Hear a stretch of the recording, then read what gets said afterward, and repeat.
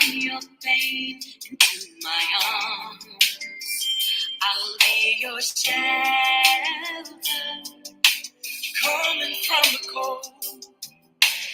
Let me keep you close, safe and warm. I'll be your shelter.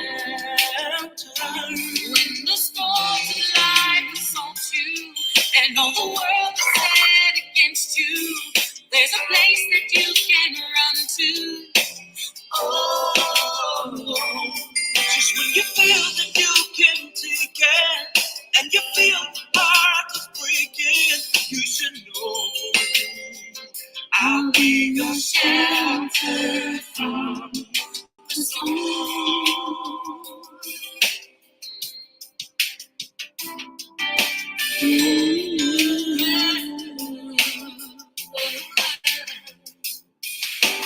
Coming from your fears.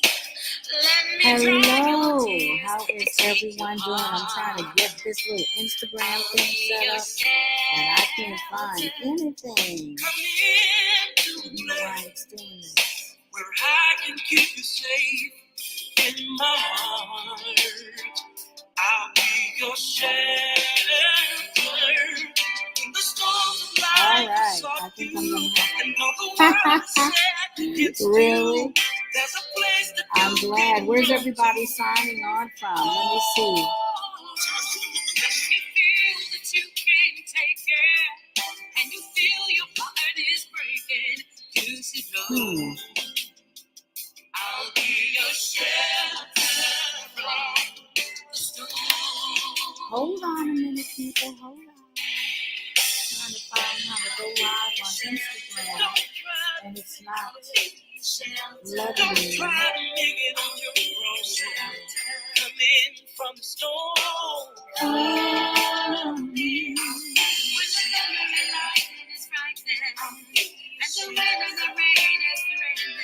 Here we go. I found it. I figured it out. Charlotte, North Carolina is in the house. Let me see. What did I say the topic was? Lord, today I got into a conversation and got the whole setup. Getting real about it, right? Louisiana's in the house, North Carolina, California, New York, Nigeria. Let me know where you're signing on from. I love it that the world is a small place, that we can connect like this through space. Hello, California. How's everyone doing? You getting off from work? What time is it where you are? Cape Town, you're up late. Because it's after 11 o'clock where you are. Arkansas, okay, Washington. Yes, I'll be your shelter. You know, I always have to have a little bit of music before I start talking because I'm just that way. I just love my music. And yeah. So, are people getting off of work? Where are you coming in from? Are you in traffic? Are you on the way home? Where are you? Cleveland, Ohio, East Lake on. Okay, you're around the corner from me. You see how that works? We're all here together. It's 9:18 in my neck of the woods. What time is it where you are? Oh, 3 o'clock. You still got the rest of the day. I was up early, running around, doing stuff. 4:15. Okay. So some people aren't off work yet, and some are, right? Okay. And California, okay. So it's early there. That's 7 hours. So it's 2 o'clock in the afternoon where you are. I know what time that is. You know, I have to adjust to all these time zones when I'm talking to people. I wake up in the middle of the night like, look, who's up? Who can I talk to? You know? Oh my goodness. Anyway, I am so glad that you all are on. I just wanted to check on the condition of your heart, see where we are. You know, so much is going on. Oh, I don't know about you, but I've been feeling a bit overwhelmed. You're in bed in South Africa. You got to be. It's after 11 o'clock. Yeah. You got to get up. How many of you really get 8 hours of sleep a day? That's what I want to know because we're all running at such a high pace these days. I don't think that any of us are sleeping as we should. Yes, it's 10:20 p.m. in Nigeria, in Lagos. Yes. And so here's the thing, we need the rest, don't we? Thank you. Thank you. It's been a while for you. Oh, well, I was coming on to tell you guys I'm doing a free masterclass on Sunday evening. Um, I forgot the time. Wait a minute. Go to my website and you will see where you can sign up for the free love masterclass. I'm in the mood to talk about love because I have a masterclass coming up that I want everybody to sign up for because it is a necessary thing. Okay. You don't get 8 hours sleep. See, I know. I don't either. I'm trying though. I'm trying to make it a habit where I go to bed at a specific time and get up at a specific time because I saw this. I can't remember where it was, but it talked about we actually should establish um, consistent sleep patterns because it messes with the rhythms in our brain or something like that, and it throws us off. And I can see that you get 9 hours of sleep. Oh, I'm so jealous. I need that. I need that 9 hours, man. You know what? Even when I lay down to go to sleep, my brain does not shut off. How about you? How many people get in bed and spend like the next 2 to 3 hours twirling and thinking? Let me see in the chat. Just let me know. Or is it just me? Am I alone in this? That's what I want to know. Am I the only person that can't find the off button in my brain, even when I lay down to go to sleep at night? I literally dream of situations and phrases, and I wake up and write them down. Yes, I'm confessing my business to you tonight. That's what I do. I'm always thinking, and I'm like, I'll be sleeping, and I'll be thinking about something. I go, ooh, I need to write that down before I forget. And I will literally wake myself up and write it down. How about that? Isn't that some crazy stuff? I mean, I don't even know what to say about that. You too, and that's how you end up on Facebook. I refuse. I refuse to be on social media at night. I have to cut it off at some time. And you do too, because you know what? Social media will keep you twirling in your brain for forever. I refuse to let that happen to me. I have enough issues with just getting to sleep. Now, has anybody tried magnesium gummies or melatonin at night, the gummies to go to sleep? But then I feel drugged all day the next day. So I can't do that either. I don't, it takes you 2 hours before you relax enough to go to sleep. So sometimes what I do is I put on one of those Bible apps, where they're just reading the word. That does chill me out. Now I get sleepy and I just fall right off. And then I like the fact that the word is like rolling around in my spirit subconsciously, and I wake up thinking I know something. That's oh, you're busy every day, but you still oh good, good, good. Yeah. I just yeah, and I know what you mean. I do that too. I pray in my sleep. Melatonin. Try magnesium. Magnesium not only knocks you out, it cleans you out. So it's got a double whammy kind of a thing going on. But yeah, I find that when I put in my Bible apps or those prayer apps or that music, that helps me to unwind. I'm just not disciplined enough to give into that every night. And I lay there thinking about stuff and talking to God and going, what you think about this? And what you think about that? So that becomes my whole thing. But anyway, we had a master class last Sunday and it went really well. We talked about understanding what love was, um, really focusing on understanding what our values were so that we make choices in alignment with our values, not our void. It's not about just filling the slot with just any and everybody, but it's really about finding that person that you can walk through life with in agreement without drama and trauma, where you work together as a team to build a life based on those mutual values. I think that a lot of people in the process of trying to find love are so busy finding love as the goal as opposed to being inspired by someone who comes into their life and makes you see life through clearer eyes, or inspires you to be better than you already are. You're a better person because they're in your life. That's what we're looking for. Waterfall music. Oh, okay. I'm gonna check that out. Started the book of Romans. It's quiet. Okay. Thanks, Megan, for joining. But I really want to just encourage you to exercise emotional intelligence and love.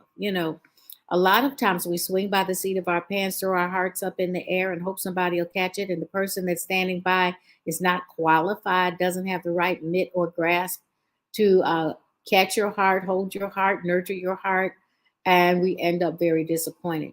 So I want to break that cycle in your life. I'm really passionate about people doing relationships well and being equipped and knowledgeable on how to do that. And that's why I'm doing the course, because I get sad as a life coach and relationship expert listening to all the horror stories. And, in Ghana, I am on a reality show called Sankofa, which is about putting people back together who have broken up. And I got to confess with you, because people ask me all the time, well, is it really real situations? Yeah, they really are real situations. And so sometimes that makes me sad, because when the cameras stop rolling, I'm kind of like, are you sure you want to get back together with this person? Why? Because I'm hearing what they're saying, and it's not adding up to a whole and healthy relationship in most cases. And I always tell people, when you break up, remember why you broke up in the first place. Has anything changed that drastically that you'll not be going back to the exact same situation? But we can circumvent all of that by having a couple things in place. We can understand what love looks like. We can know what we want, what we need in a relationship. We can know what we value and make sound decisions based on, is this person qualified to give me what I'm looking for? Now, we also cover in the course expectations versus standards, because sometimes our expectations are external and they can be a bit surface. No pun intended, external surface. But standards are internal. Those are your deal breakers and makers, the things that you absolutely must have in order to be whole, have peace of mind, and have joy and fulfillment. I'm all about joy and fulfillment. I'm all about peace. You cannot have a sound relationship without peace. Peace is what gives you joy. That's the order. Right alignment equals peace equals joy. And if you can just remember that when you're making choices, you'll stop and you'll do the interview. The interview is, very important, because dating is not for mating, it's for collecting data. You've heard me say that before, and I stick to it. That's the truth, and I'm sticking to it. But a lot of times we are more moved by chemistry. We're more moved by physical attraction. We're more moved by desperation. We're more moved by um, apathy and weariness of waiting for the right person. And we're more moved by lack of faith and lack of hope, because we've actually gotten to the place where we've convinced ourselves that we don't have any other options. And there's always an option, there's always a next. Okay. Are you willing to wait for it? Becomes the question. I got a new puppy a little while ago, and I had wanted a black Shih Tzu. That was my thing. I wanted a black Shih Tzu. And so I called the breeder and I said, when you get a black Shih Tzu, let me know. I want a black Shih Tzu. So she called me. She said, I've got a black Shih Tzu. I've got three of them. You pick one. So I picked one. And she said, okay, in about 2 more weeks, I'll be able to bring her to you. And so, yes, the masterclass is on Sunday. So I need to look up what time it is. It's in the evening. I think it's like 4 or 5 o'clock Eastern Standard Time. And yeah. So, like I said, I wanted this black Shih Tzu. So she finally brings the puppy. It's old enough now to be given to me. She brings it, she sets it on my lap. It curls up on my lap and acts like it's known me for 100 years and goes to sleep. And she had me at hello. What can I say? Just as sweet as she could be. Then I put her down and she got along with my other puppies. They all kind of sat around and like looked at each other like, "What's your name? So are you going to be staying here?" And that was the coolest I had ever seen them respond to another dog. So I'm like, this is all the boxes are getting checked here. Um, but then she said, "I'm a little nervous because I think she's going to turn color. And you said you wanted a black Shih Tzu, and I don't want you to be upset if she doesn't stay black." So Tega, my girl Tega, Tega said, "No, the only reason you were getting another dog was because you wanted a black one.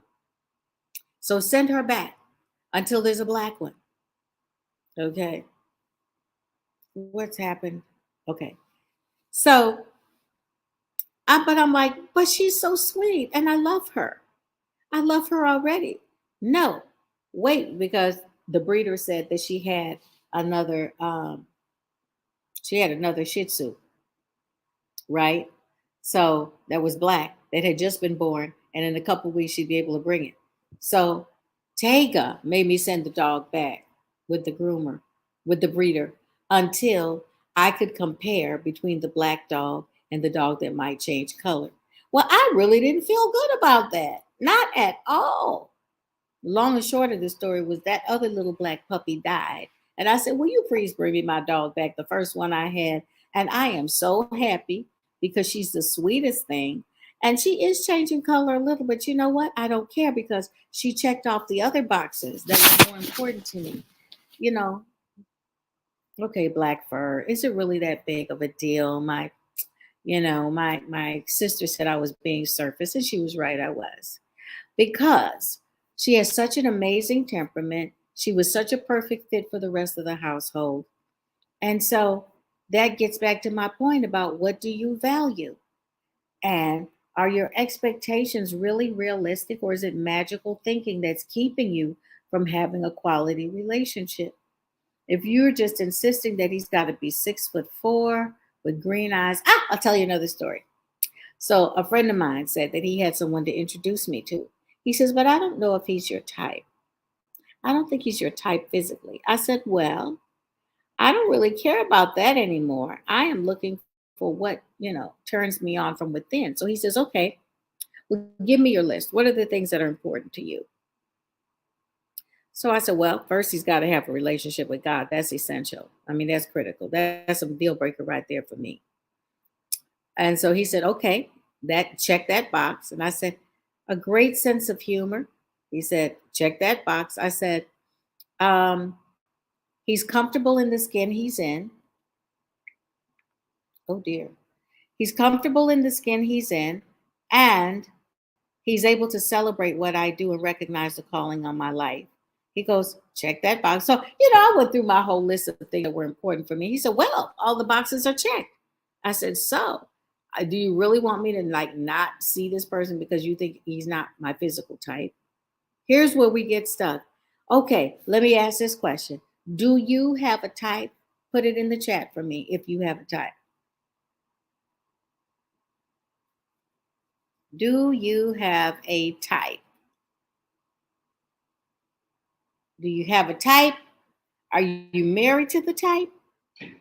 If you're not, the type ain't right. Most of the time, we get stuck on a type and miss opportunities for real love. There you go. So, anyway, as I was saying, you have a preference. Okay, but what is the preference based on?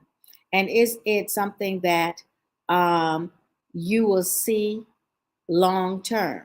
See, I like men with physique. So, when the physique changes, are you going to stop liking that person? Okay, yes. So, this is where we have to really stop and look at. Oh, sorry, my eye is watering for some reason. um, Look at types versus internals, traits, types versus traits, okay? Character, okay? Not just charisma, but character. So I just want you to think about that, but I really want to get you to sign up for the Love Masterclass this Sunday, coming this Sunday. We're going to spend some time talking about what we should be looking for and how to align our expectations so that we don't waste time and we make good choices. Mhm. So that is the plan. Now, I'm going to tell you a little bit about the actual course. The actual course that is being offered that starts March 28th, the Love Masterclass, has 6 modules with 10 lessons each that you can take at your own pace. And then you will do 6 masterclasses with me, one after each module. Okay. So now you will get to enter a community of people like yourself that want to grow and want to learn about how to do this thing we call love right. This course is designed for you to have a full understanding of love, of yourself, and what you should be looking for. You know, the word says, my people err for lack of knowledge, and we study for everything else except love. And so, who really knows how to get it right? Right? Now, the reason I'm doing the class is because I have faith. I believe in love. I know that people can have successful relationships. I know many people who have successful relationships, and I have studied them. And there are some common traits that they all have. And that is where I have laid the foundation, along with the biblical and spiritual foundation, to come up with the Love Masterclass. And we go deep. I'm just going to say now, we go deep, and the community is strong. So you will get the lesson, you will get a workbook so that you can journal and process and really do the work on yourself to prepare yourself to not just attain love, but maintain and sustain it. Okay. So, that being said, I have made all kinds of ways for you to be able to take the class within your budget. If you don't have the time, we offer you love capsules, which will be delivered to your mailbox 3 times a week. Okay, so there's all kinds of ways to get the information that you need so that you can get the love that you want. Nothing happens without a strategy, even love. If you're just flying around by chemistry and hoping things fall into place, you're probably experiencing ghosting after a while, where it starts off feeling really good, starts off seeming like it's going somewhere, and then all of a sudden the person's gone. How? Why? Why does that happen? Because there are a couple of rules, unspoken rules of love, that you did not know about, therefore you didn't master them, and it cost you the relationship. So, my friends, it is almost 10 here, well, 9:30, but I just wanted to pop on and encourage you all to sign up for the Love Masterclass. Okay. Um, I will come back on. Nothing happens without strategy, even love. Absolutely. So I'm going to tell you to go to my website at michellehammond.com, click on the MMH Hangout button, and you will be taken straight to registration for the Love Master Class. It is free. It is this Sunday, and I hope that you will sign up for the semester of the class that starts at the end of March. Now, this class will only be offered once this year because this is actually the foundational class. And in the fall, we will take the collegiate course called The Love and the Science of Love. But you're going to need this foundation in order to understand what's going on in that one. So make sure that you sign up, that, get a friend, partner, join the class together, okay? And that way you are in, and you'll be surprised. The praise reports are still coming in. This is the third semester of the Love class. And we have people that come back. They come back every semester because it is a lifetime membership. And they go, you know what? I just need to do that again because I wasn't able to answer some of those questions. And I think I'm growing into where you were taking me. And so I'm going to come back and do a refresher course. You can do that. So think about it.